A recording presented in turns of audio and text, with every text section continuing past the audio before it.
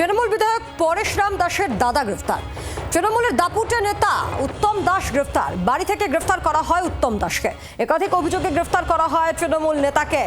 তৃণমূল বিধায়ক পরেশরাম দাসের দাদা, যাকে ইতিমধ্যে গ্রেফতার করেছে উত্তম দাস, তার বিরুদ্ধে একাধিক অভিযোগ রয়েছে। একেবারে দাপুটে তৃণমূল নেতা, তাকে গ্রেফতার করল পুলিশ। একাধিক অভিযোগে গ্রেফতার তৃণমূল নেতা।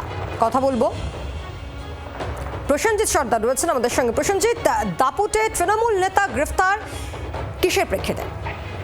দেখো, এখনো পর্যন্ত যেটা আমরা পুলিশ সূত্রে জানতে পারছি, তুমি জানো যে 4 তারিখে গণনার দিন, গণনার পরে সেখানে বিজয় মিছিল বার করেছিল ক্যানিং এর বিজেপি কর্মী সমর্থকরা, এবং সে সময় এক বিজেপি কর্মীর লক্ষ্য করে গুলি ছোড়া হয় এবং তার পায়ে গুলি রাখে, সেই একটা অভিযোগ। এবং তাছাড়া আরো বেশ কিছু অভিযোগের কারণে ক্যানিং এর এই তৃণমূল নেতা উত্তম দাসকে গ্রেপ্তার করেছে গতকাল রাত্রে পুলিশ, এবং তার বাড়িতে থেকেই গ্রেপ্তার করা হয়। এবং এই উত্তম দাসের ভাই ক্যানিং পশ্চিমের একজন বিধায়ক, তিনি পুলিশের কাছে জানতে চান যে কেন তার দাদাকে গ্রেপ্তার করছে। এই নিয়ে পুলিশের সাথে একটা তর্ক বিতর্ক হয়। তারপরেও রাতে উত্তম দাসকে গ্রেপ্তার করে থানাতে নিয়ে আসলে সেখানেও একটা এলাকাবাসীদের সাথে পুলিশের একটা এলাকাবাসীরা সেই থানার সামনে জড়ো হতে থাকে, এবং তারপর পুলিশ সেখান থেকে কিন্তু এলাকাবাসীদের হটিয়ে দেয়।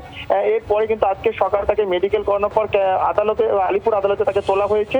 তবে এখনো পর্যন্ত কি কারণে গ্রেপ্তার করা হয়েছে পুরো বিষয়টি কিন্তু বিধায়ক খুলে বলেননি। তবে পুলিশ সূত্রে যেটা আমরা জানতে পারছি যে বিজেপি কর্মীকে গুলি করা এবং একাধিক অভিযোগে তাকে গ্রেপ্তার করা হয়েছে বলে আমরা জানতে পারছি।